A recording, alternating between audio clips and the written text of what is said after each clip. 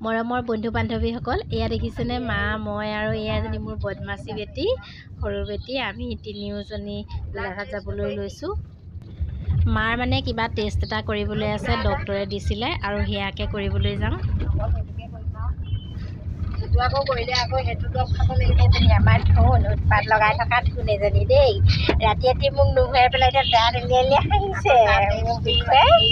ৰাতি ৰাতি কাহৰ কাৰণে মোক নুশুৱালে আৰু এতিয়া দাঁত উলিয়াই হাঁহিছে। এইজনী কোনো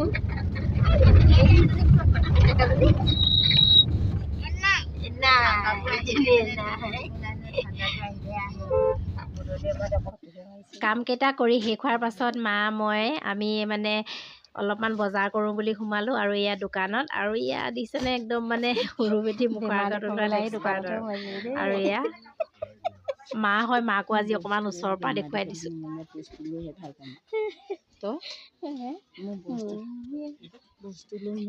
মিছা কথা নক'ব।